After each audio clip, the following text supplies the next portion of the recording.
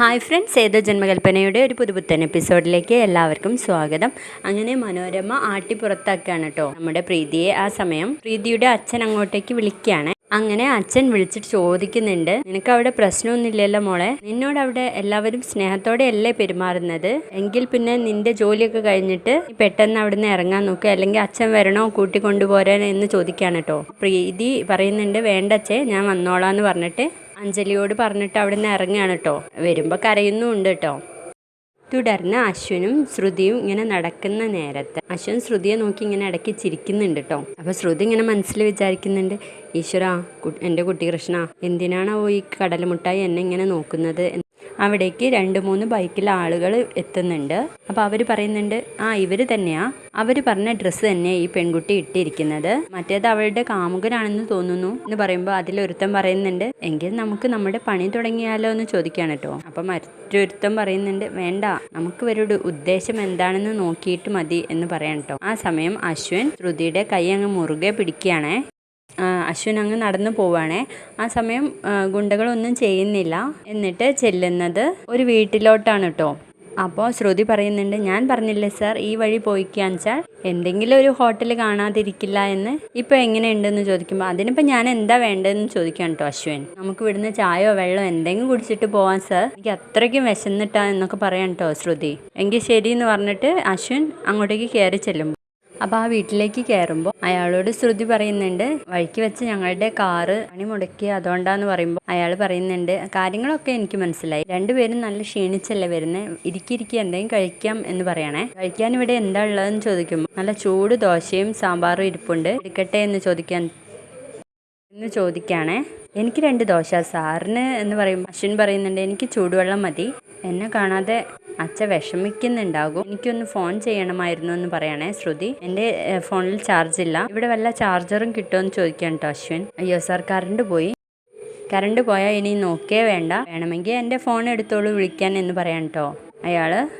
അങ്ങനെ ശ്രുതി അച്ഛയെ വിളിക്കുമ്പോൾ റേഞ്ച് കിട്ടുന്നുണ്ടാവില്ല കേട്ടോ. അപ്പോൾ അയാൾ പറയുന്നുണ്ട്, ഇവിടെ റേഞ്ച് കിട്ടാത്ത സ്ഥലമാണ് എന്ന കാര്യം, എങ്കിൽ ഞാനൊന്ന് പുറത്തിറങ്ങി നോക്കിക്കോട്ടെ എന്ന് പറഞ്ഞിട്ട് ശ്രുതി ഫോണും കൊണ്ട് പോവാണ് കേട്ടോ. എന്നിട്ട് ഒരു സ്ഥലത്ത് എത്തുമ്പോൾ റേഞ്ച് കിട്ടുന്നുണ്ട്, അച്ഛനെ വിളിക്കുന്നുണ്ട്, ഇടയ്ക്കിടയ്ക്ക് കട്ടാവുന്നുണ്ടേ. അല്ല, ഫോൺ വിളിച്ച് മുകളിൽ വരെ എത്തിയല്ലോ എന്ന് പറയുമ്പോൾ അപ്പോഴാണ് ശ്രുതിക്ക് തന്നെ ബോധം വരുന്നത് കേട്ടോ. അയ്യോ, എങ്ങനെ ഞാൻ ഇവിടെ എത്തിയെന്നൊക്കെ ചോദിക്കുമ്പോൾ അശ്വിൻ അങ്ങോട്ട് ചെല്ലുകയാണേ. അശ്വിൻ പറയുന്നുണ്ട്, നിനക്ക് വല്ല ബോധമുണ്ടോ ആൾക്കാരെ കൊണ്ട് പറയിപ്പിക്കാനായിട്ട്? ഇങ്ങോട്ട് ഇറങ്ങ് എന്ന് പറയണേ. അപ്പോൾ ശ്രുതിക്ക് കയറിയ ധൈര്യമൊന്നും ഇല്ല കേട്ടോ ഇങ്ങോട്ടേക്ക് ഇറങ്ങി വരാൻ, പേടിച്ചും കൊണ്ടാണ് ഇറങ്ങി വരുന്നത്. ആ സമയം തന്നെ കാല് തട്ടിയിട്ട് അശ്വിൻ്റെ കൈകളിലേക്ക് വീഴുകയാണേ. അപ്പോൾ ആ കടക്കാരൻ പറയുന്നുണ്ട്, ഭർത്താവ് കൂടെ ഉള്ളതുകൊണ്ട് നടു ഒടിയാതെ രക്ഷപ്പെട്ടു എന്ന് പറയാൻ കേട്ടോ. ഇത് കേൾക്കുമ്പോൾ ശ്രുതി പറയുന്നുണ്ട്, എന്താ സാർ എന്താ ഈ ചെയ്യുന്നത്, എന്നെ താഴെ ഇറക്ക് എന്ന് പറയണേ. അപ്പോൾ തന്നെ അശ്വിൻ അങ്ങ് വീഴാണ് കേട്ടോ ചെയ്യുന്നത്, നേരെ കുത്തനെ താഴെ വീഴാണ് കേട്ടോ ശ്രുതി. അയ്യോ എന്ന് പറയുമ്പോൾ ആ കടക്കാരൻ പറയുന്നുണ്ട്, എന്താ സാർ, ഇങ്ങനെയാണോ ഭാര്യയെ താഴെ വെക്കുന്നത്? ഇതിനേക്കാൾ നല്ലത് ആ കുട്ടി ആ മോളിൽ നിന്ന് ചാടുന്നതായിരുന്നു എന്ന് പറഞ്ഞിട്ട് അയാൾ അങ്ങ് പോവാണ് കേട്ടോ. അപ്പോൾ അയ്യോ, എൻ്റെ നടു ഒടിഞ്ഞ്, ഇങ്ങനെ ഒരു സാധനം എന്നൊക്കെ പറയുന്നുണ്ട് കേട്ടോ ശ്രുതി. എന്നിട്ട് കടയിലേക്ക് പോവാണേ. എന്നിട്ട് അവിടുത്തെ ആ പെണ്ണ് ചോദിക്കുന്നുണ്ട്, സാറിന് കൂടി ദോശയും സാമ്പാറും എടുക്കട്ടെ എന്ന് ചോദിക്കുകയാണ്. എനിക്ക് വേണ്ട എന്ന് പറയും. ഒന്ന് കഴിച്ച് നോക്കൂ സാർ, നല്ല ചൂട് ഉള്ള ദോശയും സാമ്പാറാണെന്നൊക്കെ പറയുന്നുണ്ട് കേട്ടോ ശ്രുതി. അപ്പോൾ ആ പെണ്ണ് ചോദിക്കുന്നുണ്ട്, മക്കള് രജിസ്റ്റർ ചെയ്തിട്ടാണോ അങ്ങോട്ടേക്ക് വന്നത് എന്ന കാര്യം? എന്താ ചേച്ചി ചോദിച്ചത്? അല്ല, സാറിൻ്റെ കല്യാണം എന്ന് ചോദിക്കാൻ കേട്ടോ. അത് നടത്തിയെടുക്കാനുള്ള തത്രപ്പാടിലായിരുന്നു ഞാൻ, പക്ഷേ വേണ്ടത്ര വിജയിച്ചില്ല എന്ന് പറയാൻ കേട്ടോ ശ്രുതി. അതിനുവേണ്ടി ചെയ്ത കാര്യങ്ങളൊക്കെ അബദ്ധത്തിലായിപ്പോയി എന്ന് പറയണേ. അബദ്ധമോ? മോൾ എന്താ ഈ പറയുന്നത് എന്ന് ചോദിക്കുമ്പോൾ, അതേ ചേച്ചി, ഞാനേ വഴിയിൽ കുറച്ച് റൊമാൻസ് ആയിക്കോട്ടെ എന്ന് വിചാരിച്ചിട്ട് സാറിൻ്റെ വണ്ടിയിൽ നിന്ന് സാർ അറിയാതെ കുറച്ച് ഡീസൽ ഊറ്റിയെടുത്തിരുന്നു. പക്ഷെ എന്ത് പറയാനാ, ചക്കിന് വെച്ചത് കൊക്കിന് കൊണ്ട പോലെ ആയിപ്പോയി. വഴിയിൽ വണ്ടി നിൽക്കുകയും പഞ്ചറാവുകയും ചെയ്തു എന്ന് പറയുമ്പോൾ അശ്വിൻ ഇങ്ങനെ വിചാരിക്കുന്നുണ്ട്, അത് ശരി, അപ്പോൾ ഇവളാണല്ലേ എൻ്റെ വണ്ടിയിലെ ഡീസൽ തീർത്തത് എന്നൊക്കെ ഇങ്ങനെ മനസ്സിൽ വിചാരിക്കാൻ കേട്ടോ.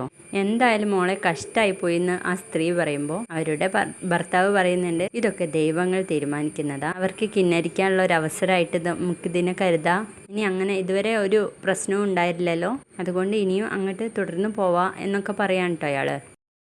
പിന്നീട് കാണിക്കുന്നത് ആകാശ് പ്രീതി അങ്ങനെ ഡയൽ ചെയ്തുകൊണ്ടിരിക്കുന്നുണ്ട്. പ്രീതിയാണെങ്കിൽ എടുക്കുമ്പോൾ ആകാശാണെന്ന് അറിയുക ഫോൺ കട്ട് ചെയ്യുകയും ചെയ്യാണ്. വീണ്ടും വിളിക്കുകയാണ്, വീണ്ടും കട്ട് ചെയ്യാണ്. അപ്പോൾ ആകാശിനോട് മനോരമ വന്ന് ചോദിക്കുന്നുണ്ട്, പിന്നെ ആ മറ്റവളല്ലേ വിളിച്ചത്, ആ തുന്നൽക്കാരിയുടെ ചേച്ചി എന്നൊക്കെ വിളിച്ച ആകാശിനെ ചീത്ത പറയുമ്പോൾ ആകാശ് പറയുന്നുണ്ട്, ആണെങ്കിൽ അമ്മയ്ക്ക് എന്താ, എനിക്ക് എന്താണെന്നോ, നിനക്ക് എങ്ങനെ എന്നോട് ഇത് പറയാൻ കഴിയുന്നു ആകാശ് ബേബി എന്നൊക്കെ ചോദിക്കുകയാണ് കേട്ടോ. എങ്കിൽ അമ്മ കേട്ടോ, ആ കുട്ടി ഇങ്ങോട്ടല്ല, ഞാൻ അങ്ങോട്ടാണ് വിളിച്ചത് എന്ന് പറയുമ്പോൾ എന്തിന് ബേബി എന്ന് ചോദിക്കാൻ കേട്ടോ. ഞാൻ അമ്മ കാണിച്ചതിന് സോറി പറയാൻ വേണ്ടിയിട്ട് വിളിച്ചതാ എന്ന് പറയുമ്പോൾ എൻ്റെ മൈ ഗോഡ് എന്നൊക്കെ പറയാൻ കേട്ടോ മനോരമ. അപ്പോഴേ വീഡിയോ ഇഷ്ടപ്പെട്ടാൽ ഒന്ന് ലൈക്ക് ചെയ്തേക്കണം, സബ്സ്ക്രൈബും ചെയ്തേക്കണേ.